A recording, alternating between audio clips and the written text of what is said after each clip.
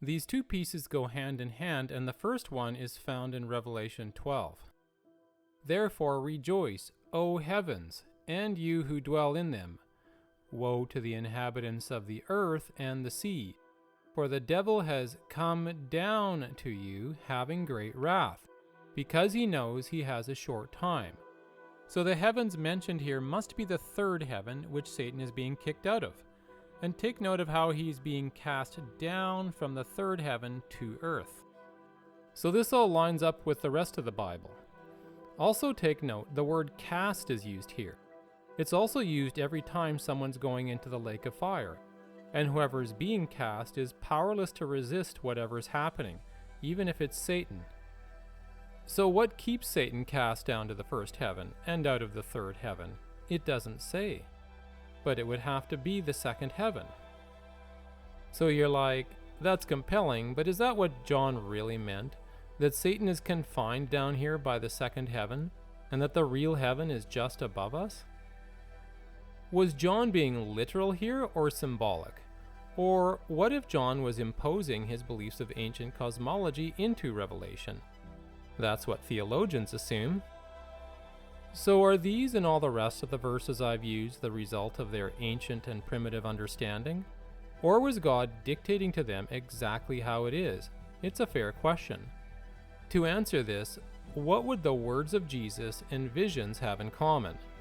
Neither would be influenced by the understanding of the cosmology at the time. Jesus was the creator of the heavens and would not be twisting end times events to match with their current understanding of cosmology. And why would three visions be harmonious with the words of Jesus and with each other and present a false view of the heavens? But here's the biggest point, and the only one really needed. John in chapter 4 literally claims to have been brought up through the second heaven and describes the other side as a crystal sea of glass.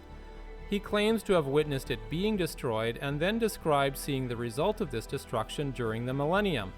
And after the millennium, he says he got to see it recreated, and then even describes a few details of what the new heavens look like. Do you realize what this means? John is the most credible human being in human existence on the topic of our cosmology. He has more credibility on this topic than all our scientists combined.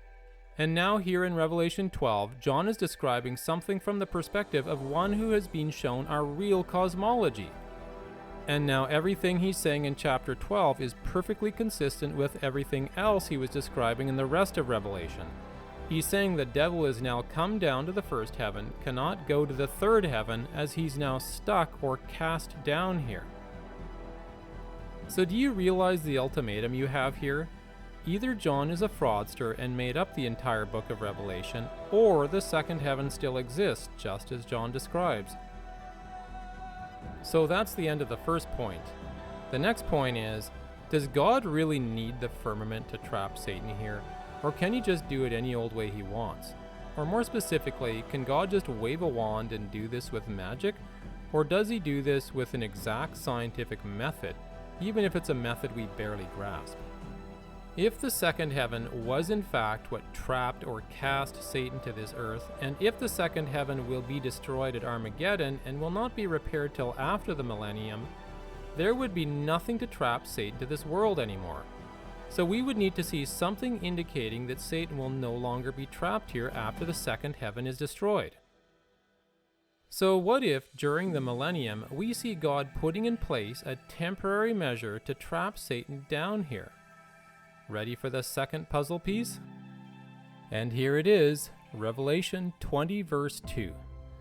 He laid hold of the dragon, that serpent of old, who is the devil and Satan, and bound him for 1,000 years, and he cast him, there's that word again, into the bottomless pit and shut him up and set a seal on him. Have the scales fallen off your eyes yet? And see how safe my $100,000 is? At this point, I want to remind you this is all based on the words of Jesus, visions, and as it turns out, the rest of the Bible lines up perfectly. There is not one verse anywhere in the Bible to contradict this. Not one mention of the word heavens that doesn't line up, not one word of prophecy that doesn't line up, Literally nothing anywhere in the Bible that doesn't line up. Everything supports this. All the passages theologians can explain, assume are metaphors or symbolic, or just insignificant filler, all perfectly line up. As I said, a scientific interpretation must be perfect. There is no room for error, no flexibility to symbolize things one way or another. And how many times and how many ways does Bible prophecy bring up the second heavens? It literally won't shut up about them. And yet all theologians currently believe the second heaven has nothing to do with Bible prophecy, which would be the equivalent of listening to Noah warn people about a flood for 120 years and conclude he's not actually warning about a literal flood. So next I want to go through some Old Testament stories that add more confirmation by showing consistent scientific patterns with God's holy fire. Then we'll work our way to the end of the millennium. So God gave Nadab and Abihu specific instructions on how to operate in his presence and how to handle holy fire. God said, "Only bring holy fire into my presence." But they took his instructions lightly and brought profane or regular fire in God's presence instead. And when they did, it reacted by exploding and consumed them. There are two completely different ways to read this story. The first way is that God gave them arbitrary instructions just because he's bossy, and then when they disobeyed him, he lost his temper on them and got so angry that he burnt them alive, just to show them and everyone else not to mess with him. The second way is that this was all based on science that God was trying to teach them for their own good. And when they disobeyed the instructions, it was just like violating any other law of science, like jumping off a cliff. Cause and effect. If you jump off a cliff, God isn't going to save you. That's unfortunately how it works.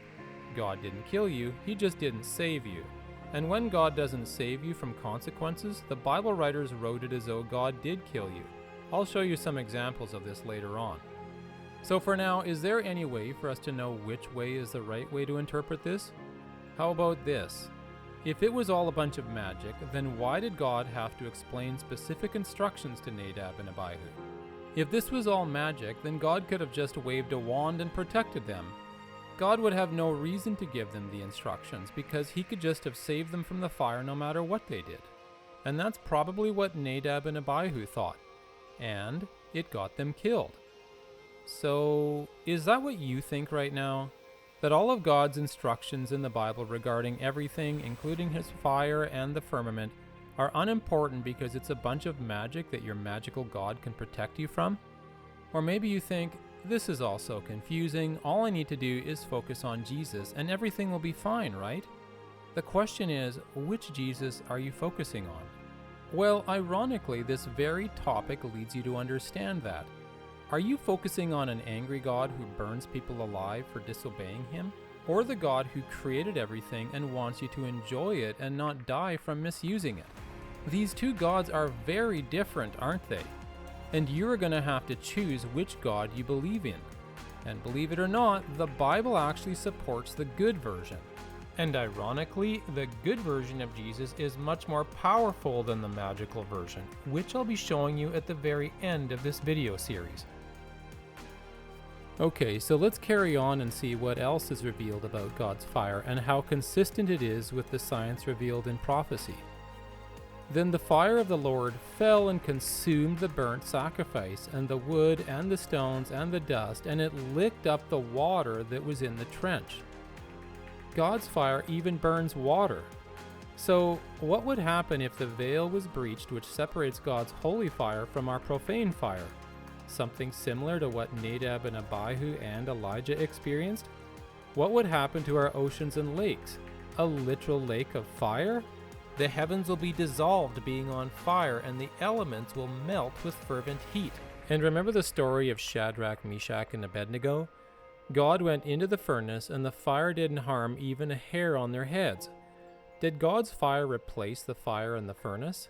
Is this why the guards were consumed, just like Nadab and Abihu were consumed? And God's fire did not consume the righteous men. Yes, I'm speculating a bit on that one, but you can still see a pattern there. Patterns that show that God's holy fire works very differently than our fire.